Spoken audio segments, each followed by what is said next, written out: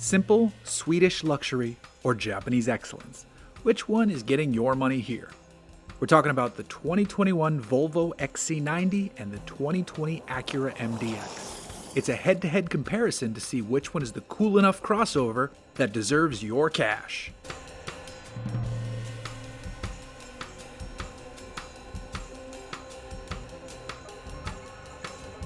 So let's start with what's new on each. This is simple enough with respect to the Acura MDX. There's a brand new MDX coming in 2022, so Acura straight up skipped the 2021 model year. And there were no major updates in 2020. Volvo, meanwhile, upgraded the tech and features on its XC90 for 2021. You now have full LED lighting with active bending during cornering as a standard feature. Wireless charging is standard as well. More notable is the name change. The top spec T8 trim is now referred to as the XC90 Recharge. And the Momentum T8 is dubbed the Recharge Inscription Expression. Maybe Volvo is charging by the letter now.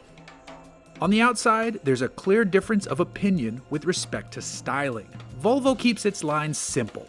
There are subtle curves where need be, but the overall shape is classic made modern, and it works well here, and across the automaker's entire lineup. Acura goes for a few more curves and creases. It's nothing over the top, thankfully, but it's just a bit more in terms of design work thrown at the MDX. We prefer the looks of the XC90, but still find the MDX quite appealing. On the inside, that styling ethos continues. Volvo is all about simplified luxury. Yes, there's a giant touchscreen, but everything is integrated cleanly and it's quite an appealing aesthetic. You also have a fantastic sound system available and supremely comfortable seats. There's excellent second row room, but the third row should be reserved for kids when possible. Acura is more aggressive in this space with a dual screen setup and more curves and angles, just like the outside. Like the XC90, the second row room is great, yet the third row is there mainly for smaller children. And also like the Volvo, the optional upgraded sound system is one of the best in the business. Further, the Acura seats are more comfortable than those in the Volvo, but we prefer the overall cleanliness of the XC90's interior treatment. On to forward motivation. The MDX comes standard with a 3.5-liter V6 making 290 horsepower and 267 pound-feet of torque. It sends power through a 9-speed gearbox down to the front wheels. Acura's super handling all-wheel drive system is a $2,000 option, but we think it's worth it as this is one of the best all-wheel drive systems in the industry. You can also get an MDX Sport Hybrid. It uses a 3-liter V6 that works with 3 electric motors to produce 321 horsepower and 289 pound-feet of torque. Here, a 7-speed DCT is used and sends power out to all 4 wheels through the standard super handling all-wheel drive system. In combined driving, you can see 27 miles per gallon, which is impressive for this segment. The XC90 makes use of one engine, but does so in a variety of ways. It's a 2-liter turbocharged 4-cylinder that produces 250 horsepower and 258 pound-feet of torque. You can jump that mill up at the T6 trim, which adds a supercharger into the mix. Now you have 316 horsepower and 295 pound-feet of torque.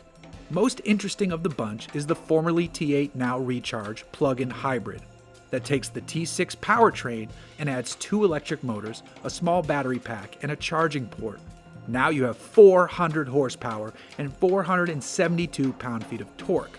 These might not have the cachet of their German competition, but they are luxury vehicles, and they cost a fair bit, have plenty to offer, and can have you saving a bit of dough over the just mentioned German competitors. The 2021 Volvo XC90 starts at $49,000, but the XC90 Recharge will rise all the way up to just over $70,000. Though there may be state and federal rebates or incentives available on that one to bring the price down a bit. With the MDX, Acura starts it out at $45,395, and the top spec MDX Sport Hybrid with Advanced Package starts at $60,645. It's not a plug-in hybrid like the XC90 offers, but it's also starting $10,000 less comparing top trim to top trim. So which to get? Well, both are comfortable, well-made, rather fine machines. And the MDX with its super handling all-wheel drive system is a better driver compared to the XC90. Still, there's a new one about to land. So we say if you have to buy today and you can afford the highest trim on the XC90, get that one. Anything else, get the MDX. But really, just wait a little bit longer and the 2022 MDX comes out because we're betting it's going to be great.